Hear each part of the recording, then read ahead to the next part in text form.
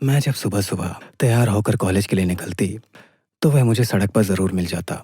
वह गोरा-चिट्टा, बांका जवान था। उसके हल्के रंग की नई मोटरसाइकिल सड़क की एक ओर खड़ी रहती थी और वह खुद उस पर बैठा या नज़दीक ही चहलकदमी करता दिखाई देता। जब वह कभी उस जगह से गायब मिलता, तो मैं इधर-उधर गर्दन घुमाकर उसे ढूंढने पर मजबूर हो जाती। तब वह कभी चाय की दुकान में चाय पी रहा होता और कभी गुलाब की झाड़ी के पास हाथों में गुलाब लिए खड़ा दिखाई देता। उसकी नज़र मुझ पे ही लगी होती और जब मैं उसकी ओर देखती, तो वह अपनी नज़र दूसरी ओर घुमा लेता।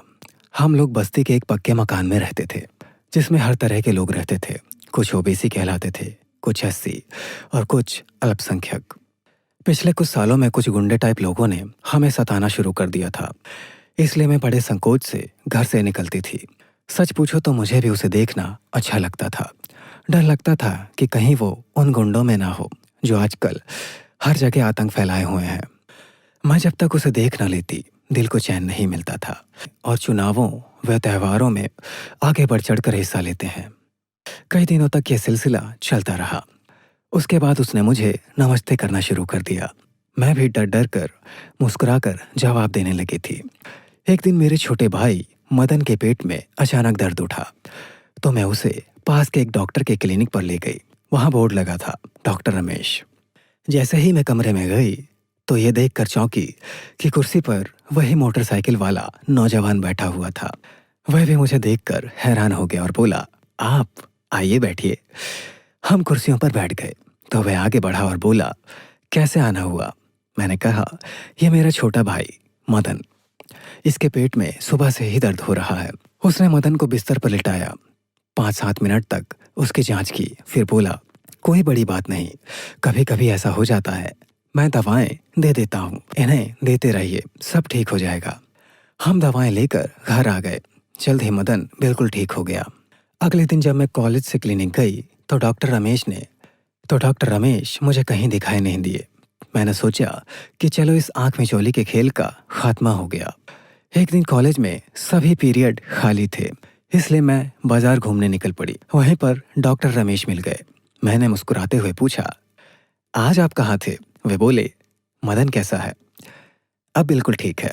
कुछ देर तक सोचते रहे, फिर बोले, क्या आप मेरे साथ एक कप चाय का प्याला पी सकती हैं? जरूर, मुझे खुशी होगी। हम दोनों एक रेस्टोरेंट में चले गए और एक जगह बैठ गए। उन्होंने मेरी ओर देखते हुए कहा, आपका नाम निशा है? आपका नाम निशा है? अरे, आप कैसे जानते हैं? मैंने हैरानी से पूछा। वे हंसे और बोले, आपने अपनी किताब में जो लिख रखा है। वैसे सबसे पहले मेरी छोटी बहन मधु ने बताया था, जो आपके कॉलेज में पढ़ती है। अच्छा, तो आप मधु के भाई हैं? मैं मधु को जानती थी। वह मुझसे एक क्लास पीछे थी। हर रोज इस आंख मिचौली का भेद बता सकेंगे आप? मैंने जानना चाहा। बैरा चाय रख गया था और हम चाय पीने लगे थे। डॉक्टर रमेश धीरे से बोले, बहुत दिनों में इस भेद को खोलना चाहता था, पर हिम्मत नहीं बटोर सका। आज मौका मिला है, पर सोचता हूँ कहीं आप बुरा ना मान जाएं। मैं चौंक कर उनकी नीली आंखों में झांकने लगी। फिर मैंने संभल कर कहा, जो आप कहना चाहते हैं साफ साफ कहिए। बात यह है निशा जी, मैंने जब से आपको देखा है, मैं आपको चाहने लगा हूँ। मैं आपको पत्नी बनाना चाहता हूँ। क्या आप मेरा जिंदगी भर साथ दे सकती हैं? मेरे दिल की धड़कनें तेज हो गई थी। चुप रही और फिर बोली, देखो, इस बारे में मैंने अभी कुछ नहीं सोचा है। एक तो मेरी डॉक्टरी का आखिरी साल है और इम्तिहान सर पर है। दूसरा, इस मामले में माता पिता से मंजूरी लेना भी जरूरी है। अगर आपकी मंजूरी मिल जाए तो बाकी सबकी मिल ही जाएगी और हमारे रास्ते में कोई रुकावट नहीं आएगी। उन्होंने मेरी राय जाननी चाहिए। मैं मुस्कुरा उठी थी।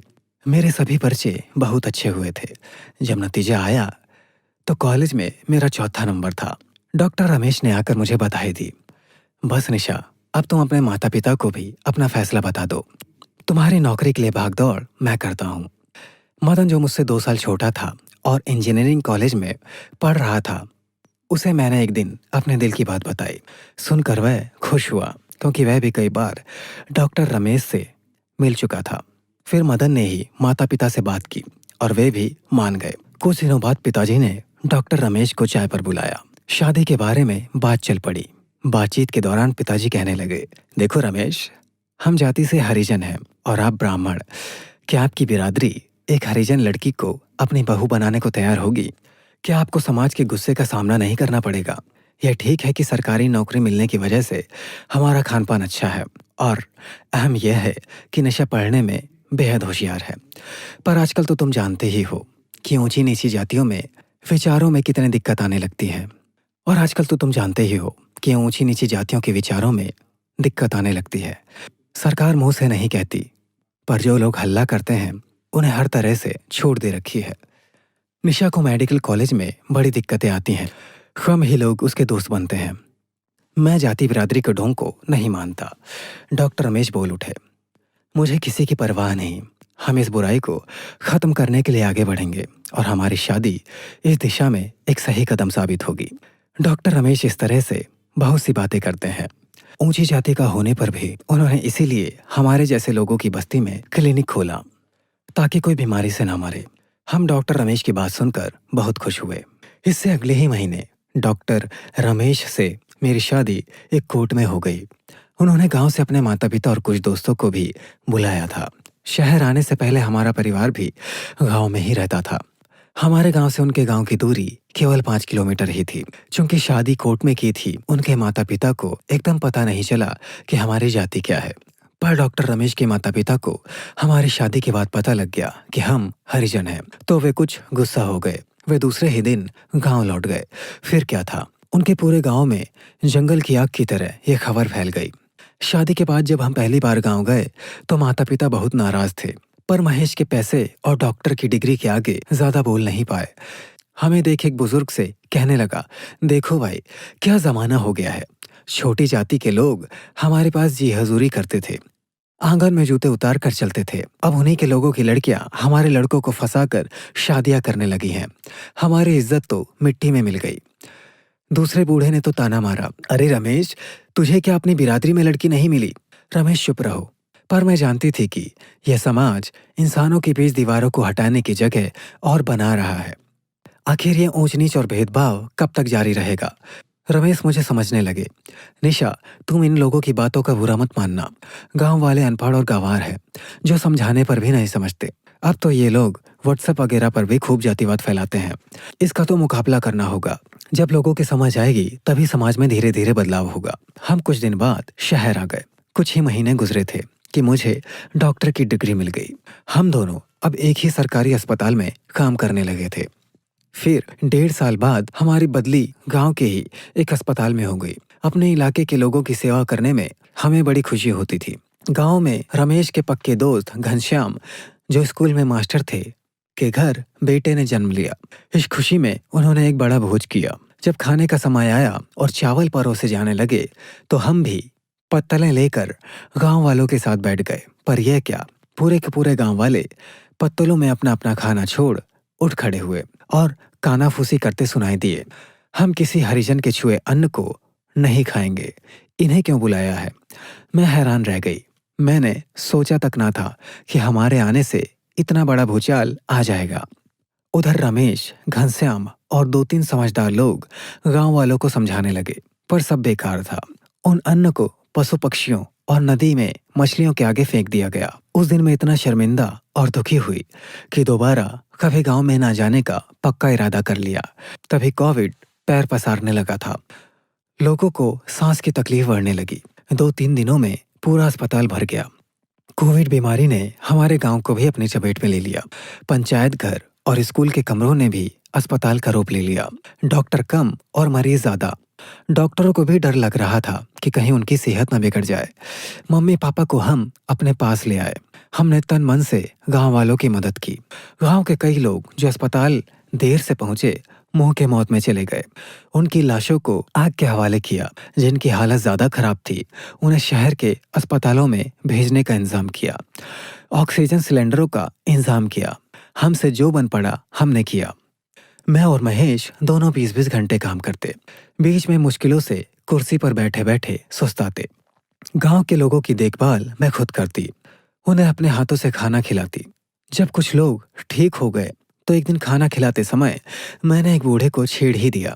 ताऊ जी, आप सभी ने उस दिन मेरे छुए अन्न को खाने से मना कर दिया था, पर आज उनकी गर्दन झुक गई। वह कहने लगे, बेटी हम बहुत शर्मिंदा हैं, आपसे माफ़ी मांगते हैं। हम सब बराबर हैं, कोई छोटा या बड़ा नहीं होता। हमें ये बात समझ आ गई है।